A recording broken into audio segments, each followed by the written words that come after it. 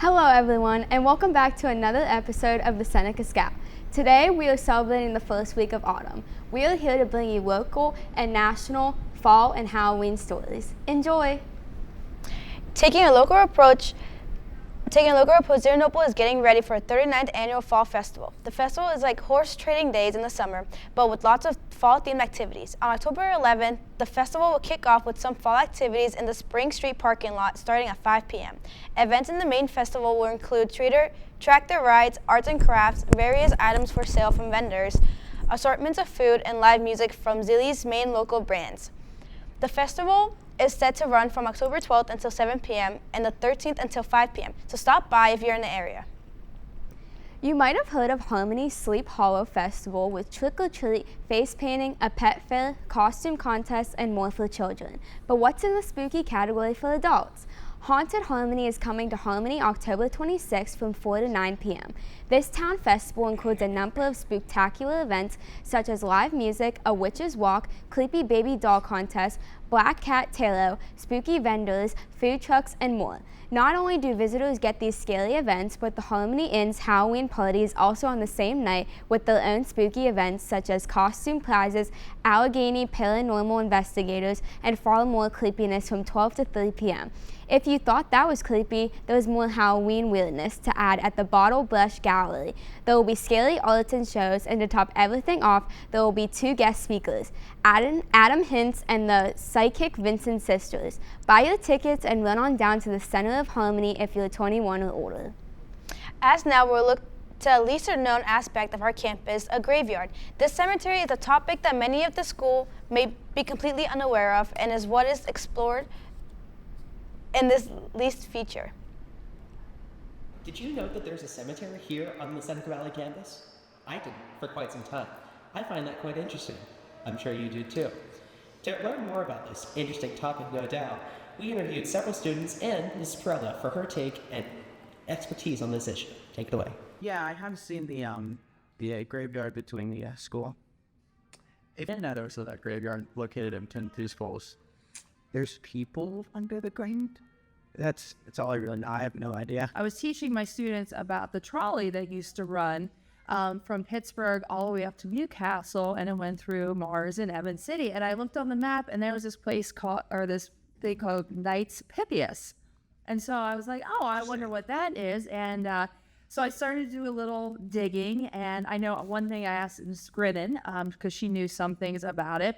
And so before I go to the cemetery, let me take you first. If you are familiar with this, here's Mill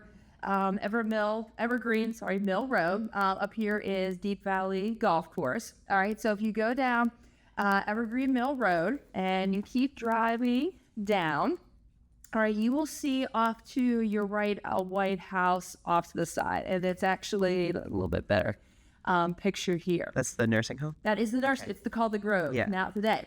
So interesting is that the cemetery is connected to this place, and it's kind of hard let me see where my picture is here. You know, we always take the roundabout way, but if you look at a map here, so here is the Grove, where that white house is, and then here's where the cemetery is. So you can see actually how close it was and how these two are connected. So this, before it was the Grove, was a place called, let me take the picture here to you, called the Grand Lodge Harmony Home, Knights of Pythias. And that's where our story actually starts, the Knights of Pythias. So Justin Rathbone, he was the founder of the Knights of Pythias, and it's an international fraternal order. It's actually still around today. It was started in 1864 in Washington, D.C., and their beliefs and stuff are based on like mythology and things like that. Well, now let's jump to Harmony. So if we know our local history, Harmony was established early 1800s by the Harmonists coming over from Germany. And so they really built up this area, like 2,000 acres. They cultivated the land, they had over 100 buildings. But then in 1814, they decided to leave Harmony and go to New Harmony in Indiana.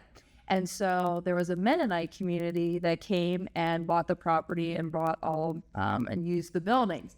Well, then the Knights of Pythias bought this, and this was one of the buildings, bought it from them in 1903, and they established this as a retirement home for members of the Knights of Pythias. And so that's where it served as, and it's amazing.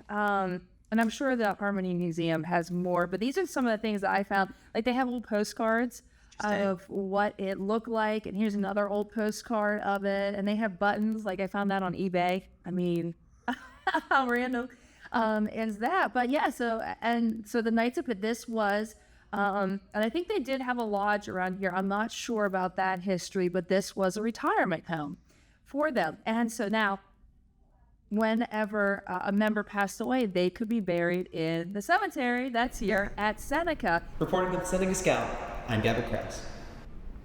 Thank you, Ms. Perella, for being interviewed and all the students that let us gather their insight. On September 20th, Cheeseman Flight Farm reopened for the year. The flight farm consists of a haunted hayride, a corn maze where scaly actors jump out at the visitors through the corn, and multiple walk-through attractions. The farm is over 100 acres large and hold up to 100 scaly actors. They'll open every weekend from September 20th to November 2nd. The tours start at dark and go till 10 p.m. or until the last ticketed guest gets to go. They are also opened on Sundays in October from 7 to 9. The attractions are more focused on teens and adults. As the Jack-O-Lantern Extravaganza is being hosted by the Pittsburgh Zoo on October 3rd through November 3rd, 6:30 p.m. to 10:30 p.m. Taking place in the Island and Jungle exhibit of the zoo, you can find fun Halloween-themed kid activities and fall-themed foods, or zoo visitors can just walk around and enjoy the thousands of beautiful graved pumpkins on display. Starbucks launched their seasonal fall drinks last month. These drinks are popular each year as they represent summer coming to an end. The fall menu first came out August 22nd and ends November 1st.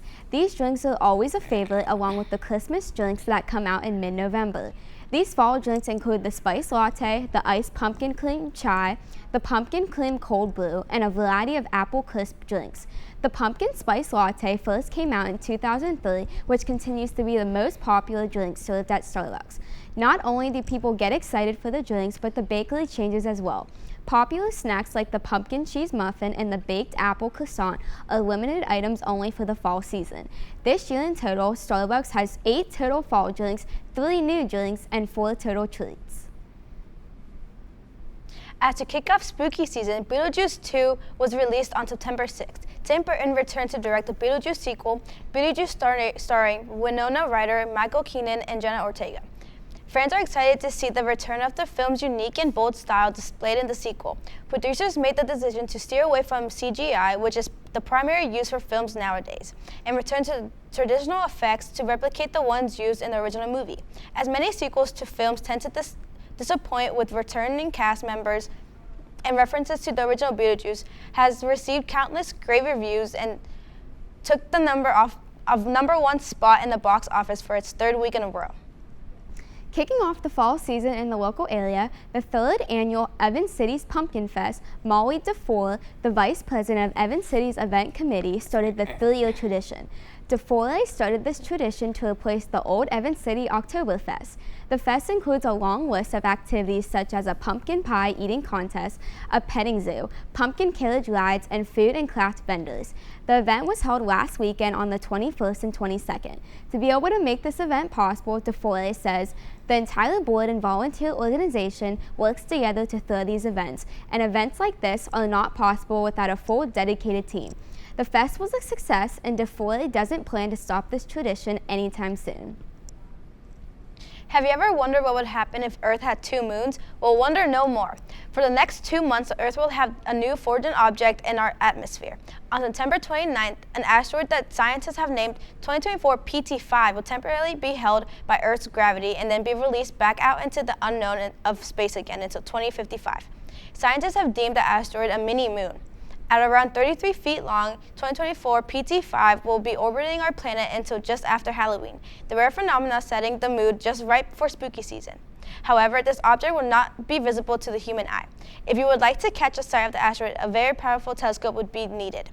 It is safe to say that 2024 PT5 will be bringing interest among the science and stargazing community over the coming months. As we wrap up this small fall-themed edition of our show, from vibrant autumn leaves to local patches, there is so much to appreciate as nature transforms around us. Thank you for joining us today. Until next time, happy fall, everyone. Bye.